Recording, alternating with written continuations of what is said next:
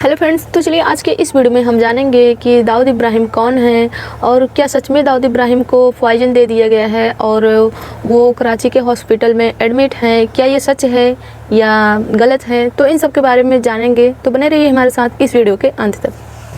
चलिए सबसे पहले हम बात करेंगे दाऊद इब्राहिम के बायोग्राफी के बारे में कि दाऊद इब्राहिम कैसे इतना बड़ा क्रिमिनल बना। तो दाऊद इब्राहिम की जन्म की बात करें तो उसका जन्म सन 1955 में मुंबई में हुआ था। उसके पिता की बात करें तो उसके पिता एक कांस्टेबल थे, बहुत ही ईमानदार व्यक्ति थे और जिनकी इच्छा थी कि उनका बेटा पढ़ लिख कर एक बहुत बड़ा अफसर बने। लेकिन ये दाऊद इब्राहिम जो था ये केवल 7वीं क्लास तक अपनी पढ़ाई की थी। 7वीं के बाद ये अपनी पढ़ाई ड्रॉप कर दी, फिर आगे कोई पढ़ाई नहीं की इसने। इसका मन पढ़ाई में नहीं लग रहा था, इसके माइंड में कुछ अलग ही चल रहा था। तो इसके बाद उसने एक लोकल गैंग शामिल की जिसमें वो धीरे धीरे अपना वजूद बनाने लगा। फिर इसी तरह से करते करते उसने अपना 1974 में पहला क्राइम किया। फिर वो उसी गैंग का हेड बन गया, मतलब सभी गैंग पर राज करने लगा और इसी प्रकार वो अपने क्राइम लिस्ट को बढ़ाता गया और इतना आगे निकल गया कि 1986 आते आते पूरा मुंबई पर ये अपना कब्जा कर लिया था। इतना ही नहीं बल्कि लोगों के अंदर इतना डर फैल गया था कि चाहे वो बिजनेसमैन हो या चाहे वो पुलिस डिपार्टमेंट ही क्यों ना हो, उस समय मुंबई की पुलिस उन्हीं के अंडर में काम करती थी। और 1986 दाऊद इब्राहिम के लिए गोल्डन समय था। उस समय ऐसा था कि कोई भी काम बिना उसके इजाज़त के नहीं होता था, चाहे वो क्रिकेट ही हो या कोई भी प्रोग्राम हो, बिना उसके अनुमति के कुछ नहीं होता था। ऐसे ऐसे करते करते उसने अपनी एक डी कंपनी बना डाली थी जिसका नाम था दाऊद कंपनी। डी कंपनी इतनी बड़ी थी कि उसमें रिक्रूटमेंट होने के लिए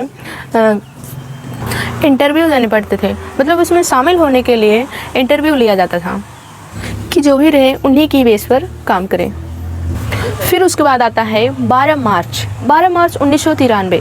12 मार्च 1993 का मुंबई बम ब्लास्ट।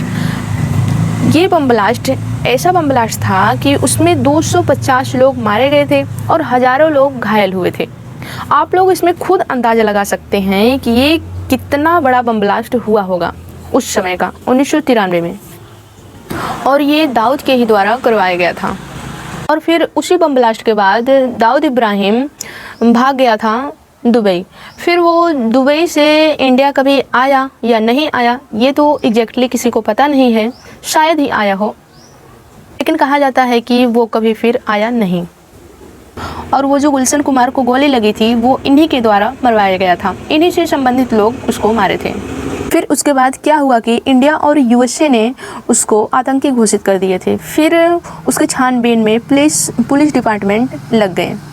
2003 में आतंकी घोषित करने के बाद जितने भी मुंबई में आतंकी संगठक थे सबको पकड़ के ख़त्म कर दिए। वैसे तो इंडिया का कहना है कि दाऊद इब्राहिम पाकिस्तान के कराची में छुप कर रहता है, लेकिन पाकिस्तान हमेशा से कहते चला आ रहा है कि नहीं मेरे यहाँ दाऊद इब्राहिम नहीं रहते हैं। ऐसा नहीं है कि इसे मारने की कोशिश न किया गया है। 2005 में अजय डोवाल के नेतृत्व में इसे मारने की कोशिश की गई, लेकिन उससे पहले ही उसे इस बात का पता चल गया तो इस प्लान को कैंसिल करना पड़ा था। फिर उसके बाद 2013 में भी उसे मारने की कोशिश की गई, लेकिन उसे पहले से ही पता चल गया था तो भी इस प्लान को कैंसिल करना पड़ा था। दाऊद इब्राहिम इतना सिक्योरिटी के साथ रह रहा है कि जहाँ कहीं भी वो रह रहा है इतना इसकी सिक्योरिटी हाई है कि आज तक उसको किसी ने देखा भी नहीं है। उसके कुछ ही फ़ोटोज़ हैं जो अवेलेबल हैं, आप लोग देख सकते हैं। ये 66 साल का हो गया है, लेकिन ये कैसा दिखता है किसी एजेंसी को भी अभी नहीं पता है कि ये कैसा देखने में लगता है, कैसा नहीं है। इतनी इसकी सिक्योरिटी हाई है। और बता दें कि अभी जो रूमर्स फैले हुए हैं कि दाऊद इब्राहिम को पॉइजन दे दिया गया है और वो एडमिट हैं, तो ऐसा कुछ भी नहीं है। और बोला जा रहा है कि फेसबुक, ट्विटर, इंस्टा सब इसलिए बंद हुआ है, तो ऐसा कुछ भी नहीं है। सच्चाई ये है कि ट्विटर, इंस्टा और फेसबुक ये सब बंद नहीं हुए हैं, बस इसका इंटरनेट स्लो डाउन किया गया है और जो इंटरनेट स्पीड है वो एकदम कम कर दिया गया है। ये हुआ इसलिए है क्योंकि इमरान खान जो पाकिस्तान के प्राइम मिनिस्टर रह चुके हैं वो अभी जेल में हैं और कैसे हैं क्या हैं इन सब के बारे में एग्जैक्टली तो पता नहीं है, बस इतना पता है कि जेल में हैं। तो उन्हीं की पार्टी ने एक मीटिंग ऑर्गेनाइज किया था या करने वाला था या करने के प्लानिंग में थे। तो ये वर्चुअल मीटिंग इंटरनेट के ही थ्रू होता है, इंटरनेट के द्वारा होता है, इसलिए वहाँ इंटरनेट स्लो डाउन किया गया है। और शकील जो हैं वो शकील दाऊद का राइट हैंड बताया जाता है। वो उनका कहना है कि दाऊद को कुछ नहीं हुआ है, दाऊद बिल्कुल स्वस्थ हैं, ठीक हैं और ये सब बिल्कुल अफवाह हैं।